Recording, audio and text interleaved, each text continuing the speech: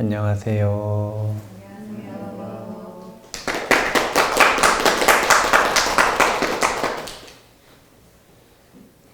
오늘은 토요명상법회의 네 번째 시간이 될 것 같습니다. 아마 칸니명상 네 번째로 공부하는 것 같은데요. 지난 시간에 명상 도중에 일어나는 마음의 장애는 무엇인가 라고 하는 것을 보고 이 아나파나사티 호흡 명상을 하는 방법을 간략하게 정리한 내용을 봤습니다. 오늘은 이제 아나파나사티를 수행을 할 때 우리가 지금까지 호흡을 세고 촉감을 본 건 1단계, 그리고 이제 호흡의 길이를 보는 2단계에 대한 내용을 한번 살펴볼 예정입니다. 오늘 이 니미따란 무엇인지에 대한 내용도 자세하게 한번 살펴볼 건데요. 그 내용을 보기 전에 먼저 부처님께서는 깨달으신 이후에 어떤 수행을 하셨는가, 이것에 대한 내용을 먼저 보도록 하겠습니다. 금강경에 보면 원래 법회인유분 제1에 우리가 보는 구마라집 스님 금강경, 한문 금강경 말고 이 산스크리트 금강경에 보면 부처님께서 바로 공양을 다 갔다 오셔가지고 공양 드시고 나서 발을 씻으신 다음에 앉으세요. 그리고서 허리를 꼿꼿하게 펴신 다음에 마음을 면전에 두고, 마음을 이 전면에 두고 마음 챙김을 하셨다라고 하는 구절이 있어요. 그런데 한문으로 번역될 때 그 부분이 빠졌거든요. 왜 빠졌냐면 부처님께서는 온전히 깨달으신 분인데 굳이 마음을 전면에 마음 챙김하는 수행을 해야 돼요, 안 해야 돼요?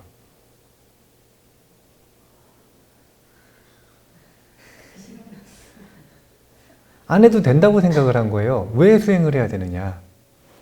부처님은 완전히 깨달음을 이루셨는데. 그래서 제가 금강경 법회할 때 뭐라고 물어봤냐면요, 그러면은 그거 안 하고 뭐 하냐고 물어봤어요. 그거 안 하면 그 시간에 뭐 할 건데요? 하던 거 해야죠. 지금 이 칸니명상 텍스트에 보면 부처님께서 본인이 어떤 수행을 하는 사람인지에 대해서 이렇게 이야기하는 부분이 있습니다. 교재 136페이지인데요. 부처님은 이렇게 된 부분이 있는데 이 부분부터 함께 읽어보겠습니다. 부처님은 아나파나사티 수행을 한 후 일체지를 성취했다. 부처님이 된 후에도 추종자들과 제자들이 이런 종류의 아나파나사티 수행을 원했기 때문에 부처님 역시 아나파나사티 수행을 계속했다. 부처님은 항상 아나파나사티 수행을 하라고 권유했다. 부처님은 이 아나파나사티 수행을 통해서 일체지를 성취하셨습니다. 그러니까 부처님께서 일상 속에서 걸어 다닐 때는 아나파나사티 수행을 하시겠어요? 걷는데 전념하시겠어요? 공양 드실 때는 공양 드시는데 전념하겠어요? 아나파나사티 수행을 하겠어요? 대화할 때는 아나파나사티 수행을 하세요? 대화를 하세요? 네. 그런데 이제 먹지도 않고 걷지도 않고 대화도 안 해요. 가만히 있어요. 그럼 그 시간에 뭐 할 거예요? 아나파나사티 수행이 아니라 사실은 하던 거 하시는 건데, 부처님은 이 일체지를 얻으시는 과정에서 사티 수행을 완성하셔서 일체지를 성취하셨단 말이에요. 그러면 하던 이 아나파나사티 수행을 하시겠죠. 그러니까 마음이 전면에 마음 챙김이 되는 그 구절이 정형구로 들어가는 겁니다. 부처님께서 우기안거 때 한 번은 이러셨대요. 부처님은 나는 내 방에서 은둔할 것이다. 공양을 가져오는 비구 외에 아무도 내게 오지 마라. 라고 당부하신 거예요. 우기안거, 이제 여기선 3개월이라고 표현을 했는데 3개월이든 6개월이든 그 우기 기간 내내 공양을 가져오는 시봉하는 시자만 빼놓고는 아무도 찾아오지 말라는 거예요. 그런 안거가 있으셨대요. 그렇게 부처님께서 3개월 동안 숲속에서 머무르신 후에 방에서 나와서 이렇게 말씀하셨답니다. 같이 읽어볼까요? 나는 3개월 동안 내 스스로 은둔 생활을 했다. 만약 다른 종파에 속하는 누군가 당신의 부처님은 3개월 동안 방 안에서 무엇을 했소? 라고 묻는다면 부처님은 아나파나사티 수행을 하면서 고립된 방에서 홀로 지냈다고 말해야 한다. 그것은 범천으로서의 안거이며 다른 부처님들도 한 안거이다 라고 말했다. 부처님은 어떤 수행을 하셔서 깨달음을 이루셨습니까? 라고 누군가가 질문한다면 아나파나사티 수행을 하셨다. 이렇게 말씀하셔야 되는 거고, 부처님이 깨달음을 이루신 이후에도 안거를 45년 동안 보내셨는데 그 안거 내내 부처님은 깨달으심 이후에 무슨 수행을 하십니까? 라고 하면 수행을 하실 필요가 없습니다. 이렇게 말하는 게 아니라 아나파나사티 수행을 하신다 라고 답변을 해야 한다라고 얘기하시는 거예요. 이것은 석가모니 부처님만 그렇게 하신 것이 아니라 다른 부처님들도 이렇게 안거를 보내셨다 라고 이야기를 합니다. 아나파나사티 수행을 하는 방법은 정말 다양합니다. 그래서 어떤 전통을 가지고 수행을 했다라고는 고집할 수 없어요. 하지만 근본은 호흡을 대상으로 해서 마음 챙김하는 수행, 이것이 핵심이고 이 수행을 모든 부처님은 깨달으시기 전에도 깨달으신 이후에도 하셨다.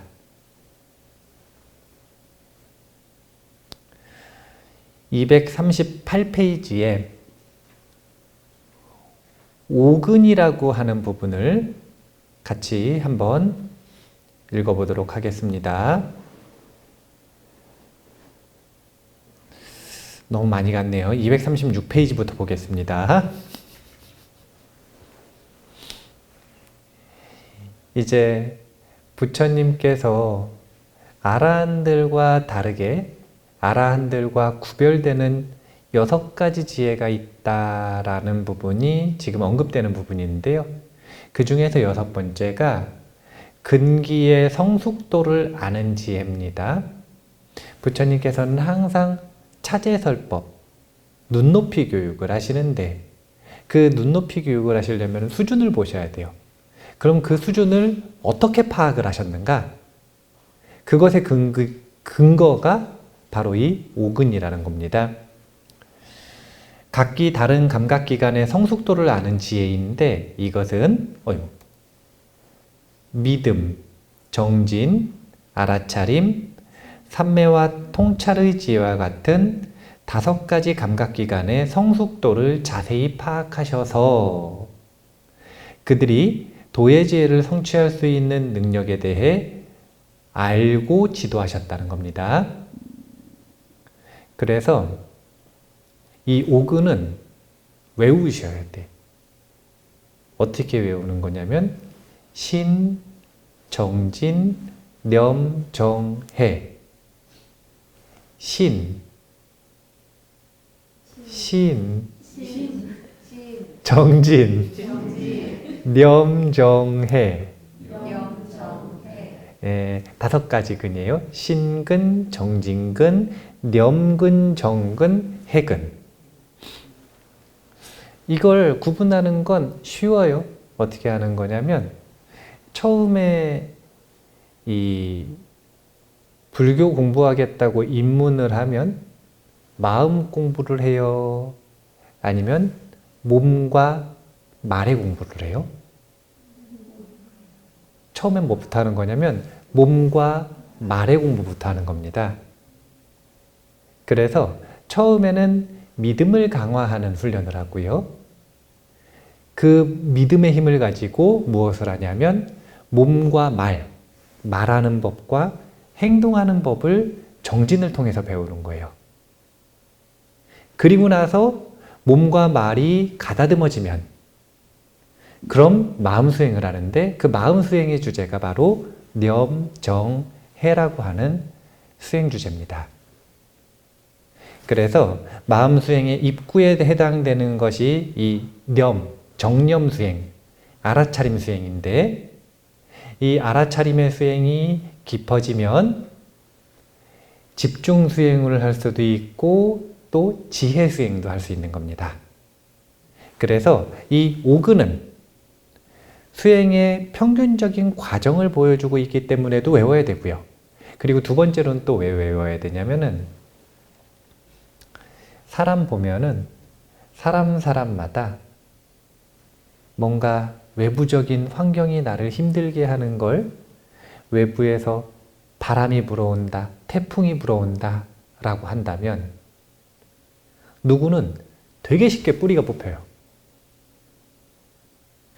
그리고 누구는 뿌리가 깊어가지고 흔들리기는 하는데 중심을 잡아요. 그러니까 사람마다 보면 어떤 사람은 이 사람은 되게 뿌리가 깊다. 그런 느낌을 받는 사람이 있고 누군가는 야, 저 사람은 정말 쉽게 뿌리가 뽑힌다. 그런 생각이 들도록 만드는 사람이 있어요. 그 차이가 뭐냐 이거예요. 그게 바로 5근. 불자는 5가지 뿌리를 가지고 있어야 한다. 다시 하면 믿음, 정진, 알아차림, 삼매와 통찰. 이게 신정진, 념정해라고 하는 5근입니다. 그래서 이 5근이 있을 때 사람은 자신감을 얻을 수 있다.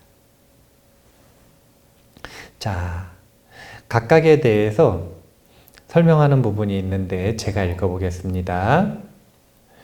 부처님께서는 5가지 기능이 성숙한지 아닌지를 결정하기 위해 근기의 성숙도를 아는 지혜를 통해 그 사람의 마음을 살펴보셨는데 5가지 기능이란 각각 관련된 기능을 완벽하게 행사하는 단계에 있는 명상 요소를 말한다. 지금 칸리명상에서 근기를 이야기하고 있기 때문에 명상 요소로 얘기를 한 겁니다. 칸리명상이 아니라 경전 공부할 때는 경전 공부하는 근기가 되는 거예요. 이 5가지가. 사업할 때는 사업하는 근기가 되는 거예요. 그 근기가 각자 다르지만 불자들은 이 5가지 뿌리를 가지고 자신의 중심을 잡고 수행하고 일상을 살아가고 관계를 맺고 사업을 하고 공부를 하고 삶을 살아가는 것이다. 이렇게 보시면 되는데 하나하나 간략하게 보면 자, 믿음의 기능은 그릇된 견해에 의해 흔들릴 수 없는 확신의 단계를 의미한다. 이렇게 얘기합니다. 그래서 불교에서는 덮어놓고 믿는 맹신이 아니라 무엇을 강조하는 것이냐면 그 대상을 이해하는 것, 첫 번째. 두 번째는 본인이 그 경험을 직접 해보는 것. 그래서 실천하고 행동해보는 것. 이 2가지를 통해 생기는 믿음을 확신이라고 합니다. 이해하지 못하는데 무작정 믿으면 뿌리가 되게 약해요. 쉽게 믿을 수 있지만 쉽게 뿌리 뽑힌다. 실천해보지 않으면 마찬가지로 뿌리가 약합니다. 믿음의 기능이 강한 사람들은 아주 근기가 높은 사람이다. 다음으로 정진의 기능인데, 정진의 기능은 게으름 때문에 동요되지 않는 정진의 단계를 말한다라고 해서, 왜 보면 그냥 기본적으로 열심히 하는 분들 있잖아요. 그냥 기본적으로 게으른 분들 있잖아요. 아무런 차이가 없이 둘이 똑같이 공부를 시작했는데 누구는 보면 그냥 게을러. 그냥 하기 싫어. 누구는 그냥 시작할 때부터 그냥 바지런해가지고요. 열심히 안 하면 오히려 이런 분들은 좀이 쑤시죠. 그게 바로 정진의 기능이에요. 그러니까 이건 일종의 태도를 형성한다고 보시면 되는 거예요. 정진근이 그 사람의 모든 분야에서의 태도를 결정한다. 세 번째가 알아차림의 기능, 염근인데요. 이것도 마찬가지예요. 이것도 사람마다 좀 차별이 있어요. 한번 읽어보면, 알아차림의 기능은 잊어버림으로 인해 흔들리지 않는 알아차림의 단계를 의미한다. 그래서 부주의함을 제거한다 라고 하는데요.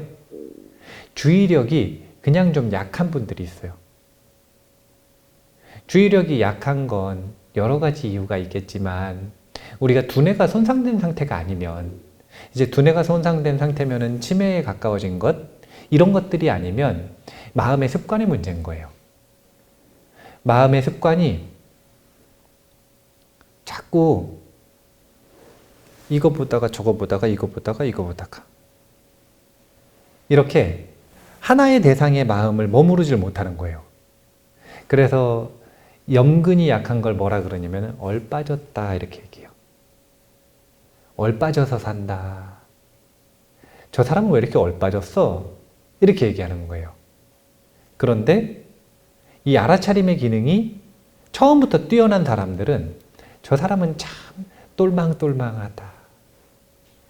야, 저 사람은 눈빛이 참 깨어있다. 근데 이 기능 역시 훈련이 가능합니다. 그리고 삼매는 집중, 통찰지는 관찰을 통해 지혜가 생기는 것인데요. 빠르게 넘어가는 이유가 있습니다. 뒤에 걸 해야 되기 때문입니다.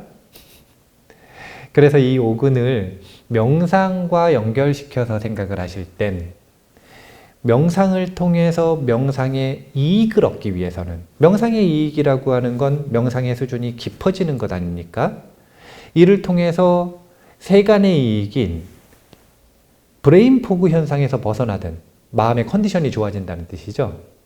그렇든 아니면 칸리명상에서 말하듯 진지하게 도의 지혜를 추구하든 진리를 보기 위해 수행을 하든 관계없이 그 명상의 이익을 얻기 위해서는 5가지 기능이 균형감이 있어야 한다.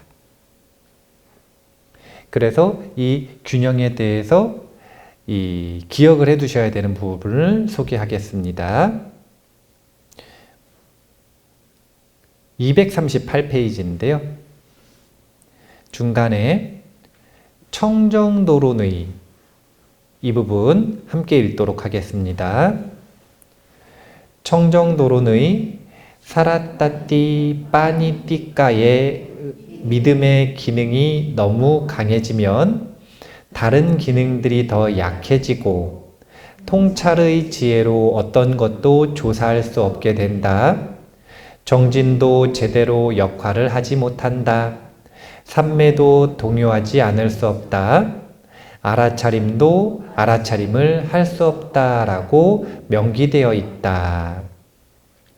이제 이 5가지 기능은 두 쌍 이렇게 쌍을 이룬다고 보시면 돼요. 첫 번째가 여기 보면 믿음과 지혜가 한 쌍입니다. 그래서 믿음이 강한 사람은, 믿음이 강한 건 좋아요. 그런데 지혜가 함께 강해지지 않으면 어떻게 되냐면 아까 이야기했던 맹신, 그래서 어리석어져요. 믿음이 너무 강하면. 왜냐면 덮어놓고 믿으니까, 덮어놔야 믿을 수 있으니까 자기 눈을 덮는 거예요. 그런데 반대로 지혜가 너무 강하잖아요. 그럼 믿음이 약해져요. 그래서 믿음을 너무 중요시 여기는 문화에서는 지혜로운 질문을 하면 뭐라 그러냐면 의심하지 말라 그래요. 세상에 엄청 지혜로운 질문을 했는데, 너무 당연하고 합리적인 이성적인 질문을 했는데 그걸 뭐라고 하냐면은 의심하지 말라 그래요. 그런데 또 지혜를 너무 추구하는 곳에서는 뭐라고 이야기를 하는 거냐면 그렇게 믿으면 안 된다. 그렇게 그냥 믿으면 안 된다. 아니 그냥 믿어지는데. 믿으면 안 되는 게 어디 있어요. 이 두 가지는 균형을 이룰 때 장점이 나타나고 균형이 깨지면 단점만 나타나는 거예요. 그 다음이 두 번째가 정진과 산매. 이 두 가지가 한 쌍입니다. 우리가 무엇인가 막 열심히 정진을 해요. 그런 마음이 고요해질까요? 좀 들뜰까요? 무엇인가 열심히 한번 해보세요. 열심히 하면 고요해지기보다는 어떻게 되냐면 들뜨게 돼요. 그런데 집중 수행을 하잖아요. 뭔가 하나에 몰입하고 전념하는 수행을 하잖아요. 그러면 고요해지기는 하는데 어떻게 되냐면은 게을러져요. 그것 말고 다른 건 안 보고 싶어.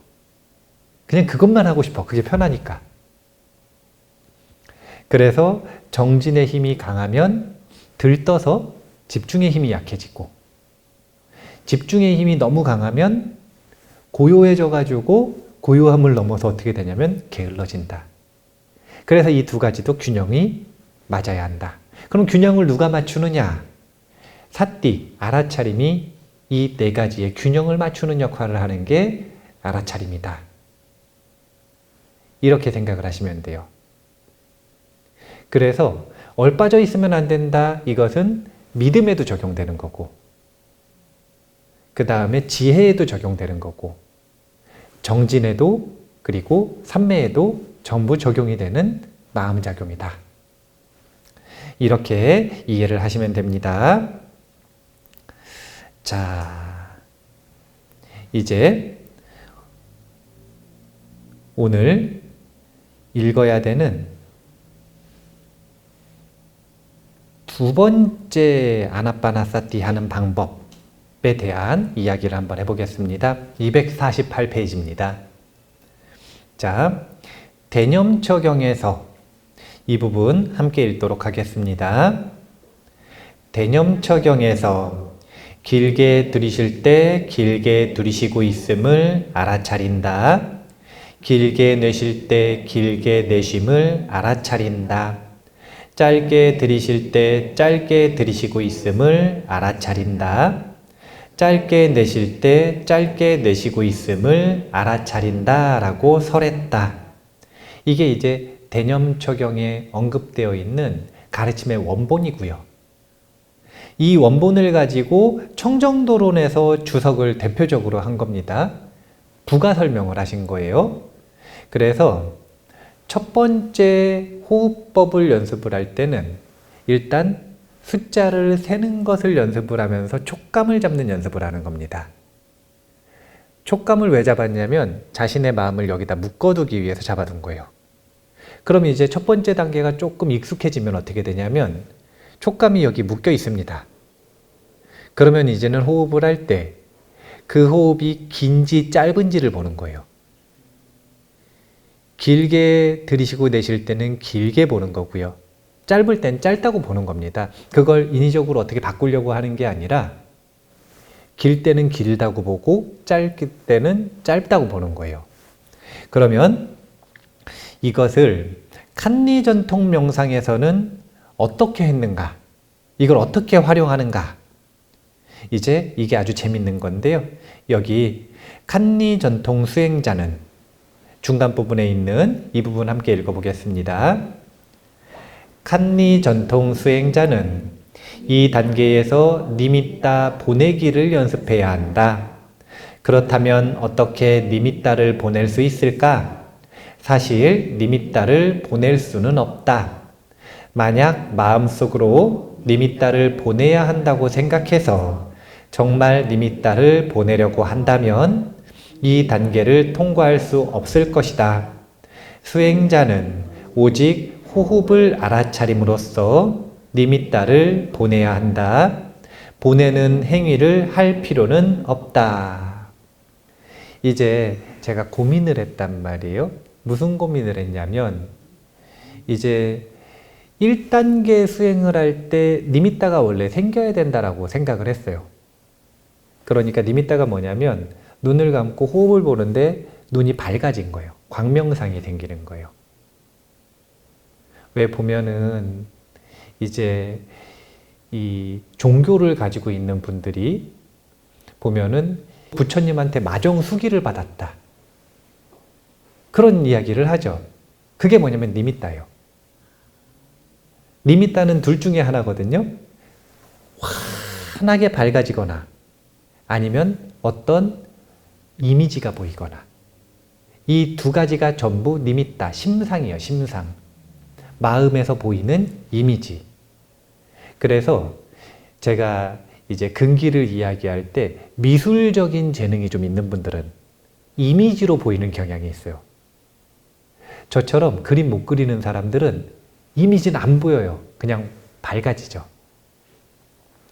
사람마다 그렇게 근기에 따라 니미따가 다른데 그런 니미따를 보고 안정시켜야 2단계로 넘어갈 수 있다고 생각을 해서 2단계를 6주 안에 할까 말까 하다가 오늘 다시 읽어보니까 의견이 좀 다르시더라고요.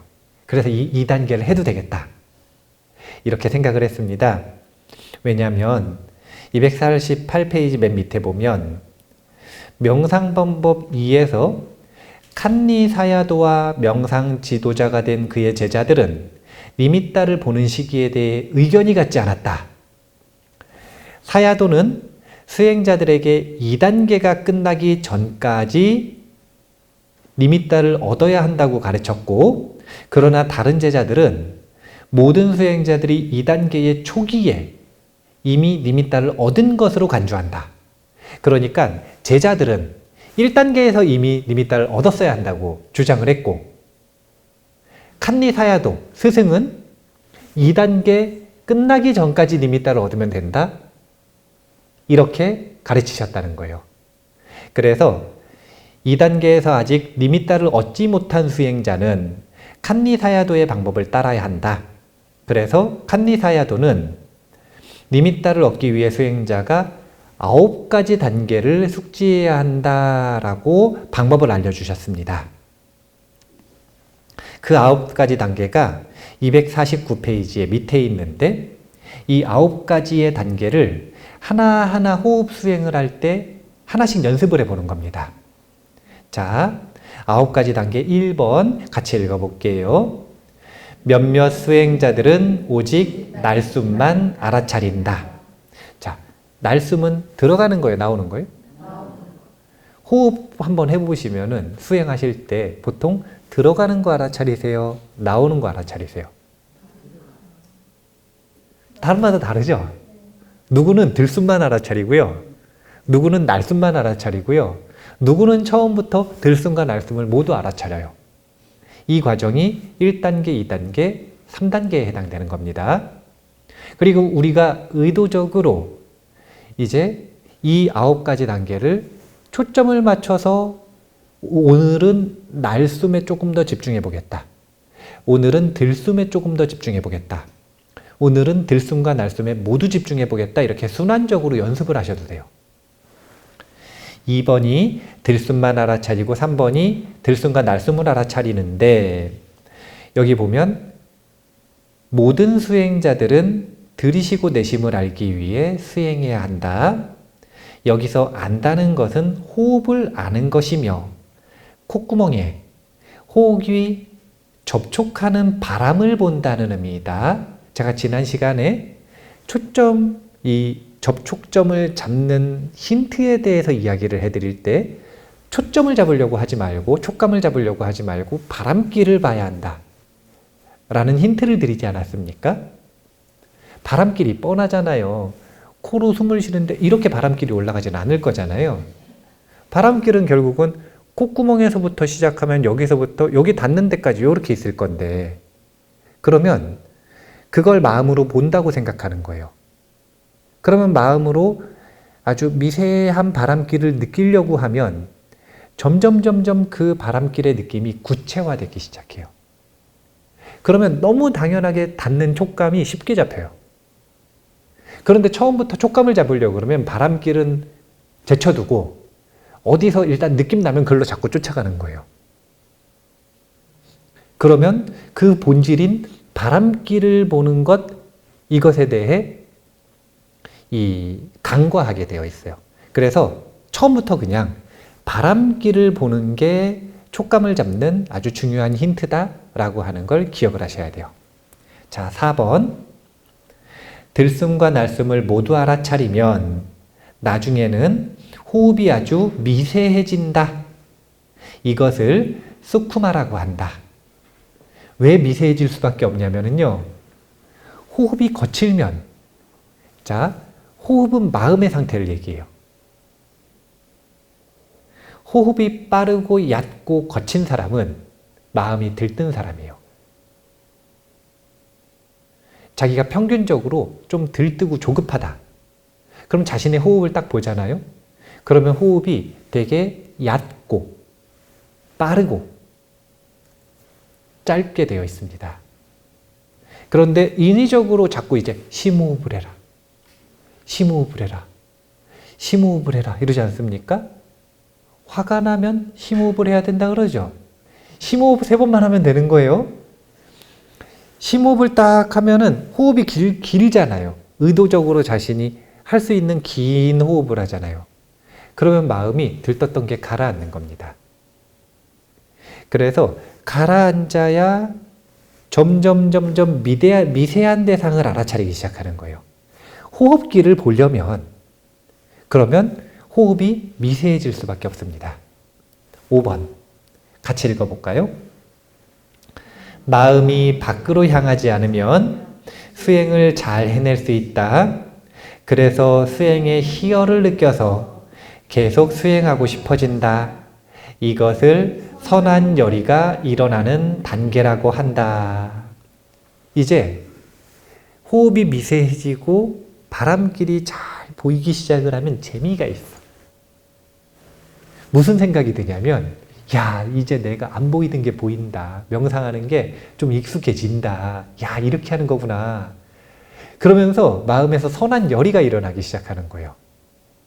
그래서 환희심이 딱 일어나면, 그러면 이제 점점 더 수행을 더 하고 싶습니다. 우리는 언제 이렇게 될지 알 수가 없겠는데 이렇게 마음이 돼야 되는 거예요. 자, 6번 같이 읽어보겠습니다. 이렇게 되면 계속 수행에 전념한다. 호흡이 좀 더 미세해진다. 이것을 호흡이 미세한 단계라고 한다. 그렇게 해가지고 정진시간을 더 늘리잖아요. 그럼 호흡이 더 미세해져요. 호흡이 더 미세해졌다는 건 마음이 더 미세한 대상을 포착할 수 있는 집중 상태에 들어갔다는 겁니다. 성과가 점점 나는 거죠. 그러다 보면 나중에 어떻게 되냐면 호흡이 사라져요. 그러니까 호흡이 사라진 것처럼 느껴지는 거예요. 너무 미세하게 호흡을 하니까. 7번. 걱정, 분노, 슬픔 등과 같은 모든 정신적인 감정과 육체적인 흥분이 고요해진다. 이제 명상이 옳은 궤도에 진입한다. 그래서 제가 첫 번째, 호흡이 미세해지고 마음이 고요해지는 감각을 잡아야 된다. 그 이야기를 자꾸 하지 않습니까? 마음이 고요해진 그 감각을 느끼고 나면 그 다음이 뭐냐면 이제 니밋단 거예요. 자, 8번.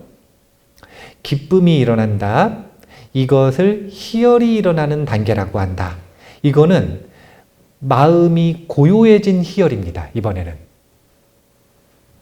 그래서 명상 도중에 인터뷰를 하다 보면 자신이 마음이 고요해졌다. 그 고요함에 들어갔다 라고 하는 것을 묘사하시는 분들이 있어요.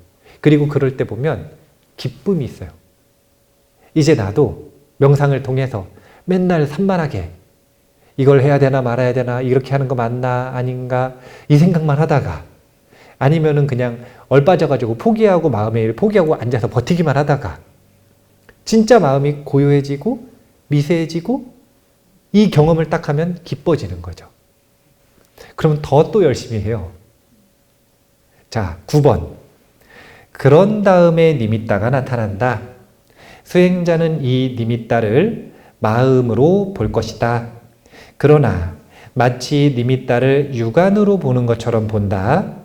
마음의 문에 들어온 그것을 익힌 표상이라고 한다. 그래서 니미따는 이렇게, 지금 보면 희열을 원동력으로 해서, 그 기쁨을 원동력으로 해서 정진을 반복하면 그 정진을 통해 호흡이 미세해지고, 이 미세해지는 호흡과 상응해서 마음은 집중이 되는 거죠. 그러면 1단계 고요해진다. 2단계 밝아진다. 이렇게 하는 거예요. 그래서 이 9가지 단계를 통해서 우리가 지금 호흡의 길이를 보는 훈련, 아나파나사티 2단계를 할 때 반드시 니미따를 성취해야 한다. 그래야 3단계로 나아갈 수 있다. 지금 이미 니미따가 있는 분들이 있고 없는 분들이 있기 때문에 진도를 공통으로 뺄 수는 없어서, 그런데 오늘부터는 이제 2단계 훈련을 하는 거예요. 훈련은 똑같아요. 어떻게 하는지 이제 자세하게 보겠습니다. 니미따 보내기를 하는데요. 아주 쉽습니다. 어떻게 하는 거냐면은, 자, 몇 페이지죠? 251페이지. 함께 읽어보겠습니다. 니미따를 보낼 수 없지만 칸니 전통에서는 어떤 곳으로 니미따를 이동시키는 기술을 연습한다. 수행자는 기쁜 마음으로 연습해야 하며 빨리 경전을 근본으로 연습해야 한다. 그것은 호흡하는 바람을 지켜보는 것이다.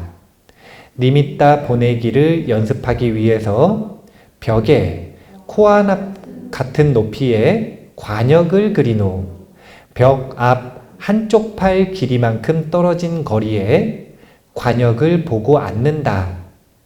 등을 곧게 펴고 몸을 편안하게 한다.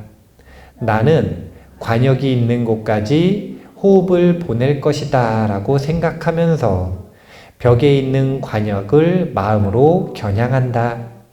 스카프로 눈을 가리고 평소처럼 숨을 들이쉬고 내쉰다. 이때 니미따는 생각하지 마라. 니미따의 존재는 완전히 잊어버려라. 심지어 니미따가 나타나더라도 신경 쓰지 마라. 그러니까 지금까지 하던 거랑 똑같아요. 2가지만 딱 더해지는 겁니다. 하나는 뭐냐면 코랑 똑같은 높이의 한 팔 길이라 그랬으니까 요만큼에다가 관역을 놓는 거예요. 자, 관역은 어떻게 놓을 것인가? 좌선방이 있으신 분들은 다트를 하나 사세요. 다트를 사가지고 자기 좌복에 딱 앉아가지고 높이가 딱 있잖아요. 그럼 코 있는데 그 높이에다가 다트를 걸어 놓으세요. 물리적으로 이러면 자꾸 보면 마음에서 심상으로 떠올리기가 쉽거든요. 그래서 물리적으로 하는 게 좋아요. 좌선방이 있으시면 다트를 하나 사가지고 거기다가 손바닥 길이만큼, 요만큼 떨어져가지고 여기서 이 다트를 놓는 겁니다. 그런데 이렇게 항상 다트를 보면서 할 수는 없잖아요. 그러니까 못 보는 상황에서는 어떻게 하는 거냐면 마음으로 상상하는 겁니다. 눈을 감고 하잖아요. 그러면 이만큼 앞에 관역이 있다고 상상을 하는 거예요.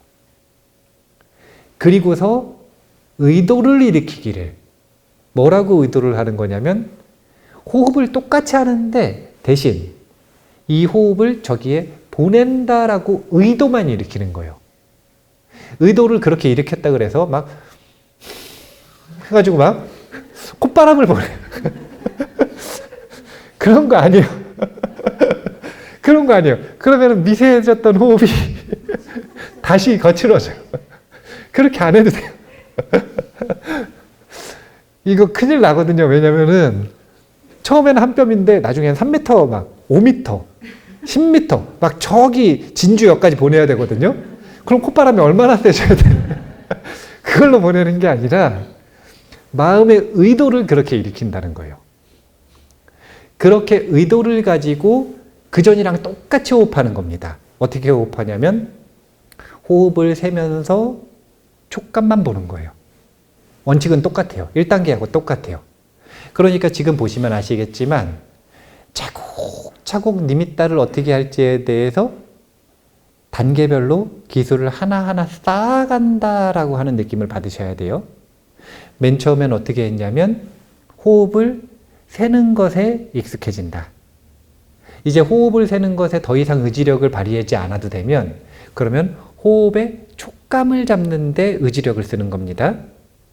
이것도 익숙해졌어요. 그래서 호흡을 이제 잡을 수 있어요. 그리고 그 잡은 곳에 마음을 좀 둘 수 있어요. 그러면 그 다음에 그걸 똑같이 하는데 그걸 계속 갈고 닦아야 돼요. 똑같이 하는데 대신에 마음에 관역이 있다고 생각하고 그곳으로 호흡을 보낸다라고 의도를 불러일으킨다. 이걸 하나를 딱 더하는 겁니다. 이제 이거를 왜 하는 거냐면 다른 것 때문이 아니라 여기 보면은 그림이 있어요. 요렇게 지금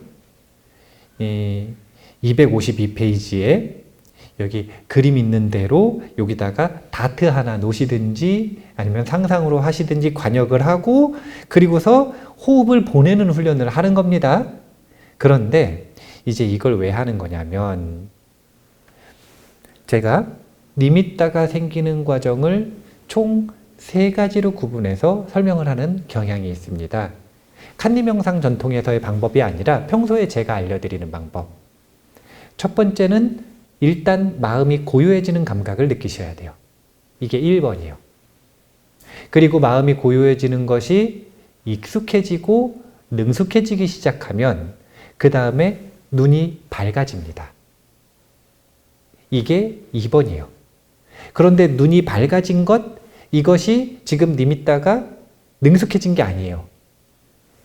거기서 더 마음이 집중되면 어떻게 되냐면 니미따가 이 마음 안에 있던 것이 바깥으로 툭 튀어나오는 느낌이 있어요.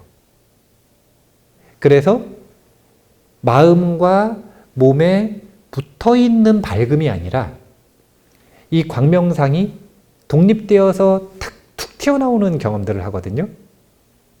그래서 마음에 전면에 마음 챙김을 한다라고 자꾸 얘기를 하는 거예요. 왜냐하면 이 니미따라고 하는 건 본체가 뭐냐면 주의력이에요. 주의력의 질이 좋아져서 주의력의 밀도가 높아지면 그것이 밝음으로 보이는 거고 그게 광명상으로 보이는 거거든요. 그렇기 때문에 사실은 주의력이라고 하는 건 에너지 현상이라 그 에너지 현상이 충분히 밀도가 높아지면 면전으로 튀어나오게 되어 있어요. 근데 봐보세요. 튀어나왔다? 보내는 거잖아요. 그러면 2단계부터는 뭘 하는 거냐면 그렇게 이제 명백한 니미따가 생겼을 때 그 니미따를 가지고 보내는 훈련부터 시작해서 신체의 내부에 이 에너지 흐름을 만드는 것까지 3단계, 4단계에서 연습을 하는 겁니다. 그런 훈련들을 통해서 몸과 마음의 이 에너지 현상을 활발하게 만들고 그 에너지 현상이 활발해졌을 때 집중은 더 깊어지고 이런 걸 유도해서 예비산매에 들도록 만드는 전통이 칸니 명상이다. 이렇게 생각하시면 돼요. 그래서 툭 튀어나오고 보내고 이런 것들은 나중 일이더라도 일단 먼저 뭐부터 경험을 하셔야 되냐면 마음이 고요해지는 경험. 고요해진다는 게 아무 생각이 안 드는 게 아닙니다. 생각과 감정과 별개로 마음이 고요한 거예요. 예전에는 생각과 감정이 기승을 부리면 거기에 편승해가지고 함께 산란했는데 그게 아니라 고요하게 명상을 하고 있으면 자신의 기승을 부리는 생각과 감정은 이 마음과 별개인 거예요. 고요한 마음이 그걸 봅니다. 이게 마음이 고요해진 거예요.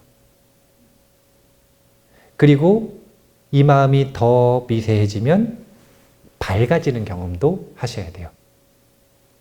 여기까지 하면 그러면 2단계를 연습하기 지금 사실은 딱 좋은 거예요. 이제 보내는 연습을 해서 딱 붙어있는 그 광명이 밖으로 툭 튀어나와서 독립된 개체로 형성되도록 그만큼 사띠의 질이 좋아지면 그런 니미따가 형성이 됩니다. 어쨌든 이제 아나파나사티는 2단계를 연습하도록 하겠습니다. 지금까지 호흡을 세는 연습 잘 하셨고요. 그 위에다가 초점 잡는 연습을 잘 하셨으니까 이제 호흡을 똑같이 세면서 초점을 보는데 의도를 일으킨다. 보내겠다. 이렇게 하지 마시고요. 호흡은 똑같이 미세하게 하는 겁니다. 미세하게 하는데 마음의 의도만 여기다가 관상으로 또는 다트를 사놓고 실물로 관역을 놓고 하시든 관역을 놓고 그쪽으로 내 니미따가 간다. 내 호흡이 간다.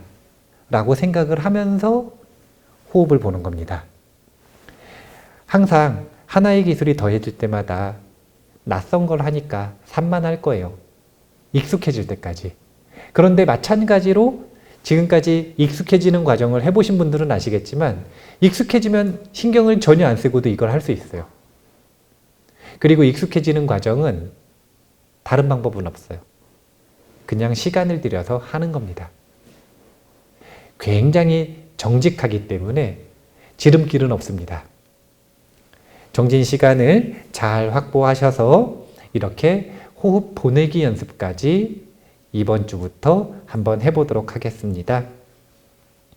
우리가 호흡이 미세해져서 희열이 일어나고 그 다음에 마음이 고요해져서 희열이 일어나고 그리고 밝아져서 희열이 일어나고 또는 부처님께서 직접 오셔가지고 수기를 내려주셔서 희열이 일어나고 이런 경험들을 해야 되거든요. 그거는 본인이 수행을 잘 해서 사띠의 질이 좋아지면 하는 거예요. 누구나 그냥 하는 거예요. 그러니까 그런 경험들을 통해 희열이 일어나면 그 희열이 일어날 때마다 정진을 더 열심히 하는 원동력으로 삼으셔서 고요해지고 밝아지고 그리고 온전한 광명상이 생기는 이런 경험을 칸니명상 수업이 끝나기 전까지 해보시면 칸니명상 수행을 더 열심히 하시든 이후에도 아니면 어떤 수행을 하든 그 경험이 큰 원동력이 될 거니까요. 한번 남은 3주 동안도 열심히 정진해 보시기 바랍니다. 다음 시간에도 2단계 수행에 대한 조금 더 다양한 설명을 해드리도록 하겠습니다. 오늘 이만 마치겠습니다. 감사합니다.